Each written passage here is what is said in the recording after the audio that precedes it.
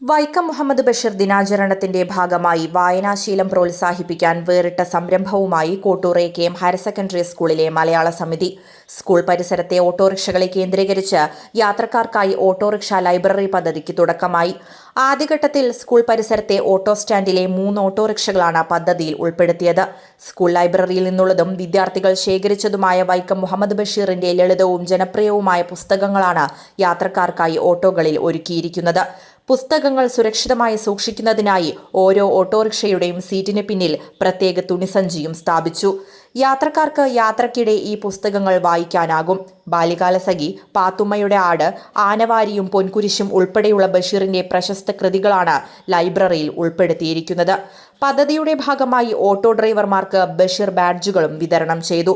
പൊതുസമൂഹത്തിൽ വായനാശീലം വളർത്തുകയും ബഷീറിന്റെ സാഹിത്യലോകം പുതിയ തലമുറയ്ക്ക് കൂടുതൽ പരിചയപ്പെടുത്തുകയും ചെയ്യുക എന്നതാണ് പദ്ധതിയുടെ പ്രധാന ലക്ഷ്യം. സ്കൂൾ പ്രിൻസിപ്പൽ അലി കടവണ്ടിയും പ്രധാനാധ്യാപിക കെ സുധയും ചേർന്ന് പുസ്തകങ്ങൾ കൈമാറി പദ്ധതി ഉദ്ഘാടനം ചെയ്തു. PTA vice president K Sudheesh Kumar അധ്യക്ഷത വഹിച്ചു. Deputy head master Pradeep Vazhankara, N Vineetha, C Nasrin, Deepa എന്നിവർ ചടങ്ങിൽ സംസാരിച്ചു. News desk, Malayalam television.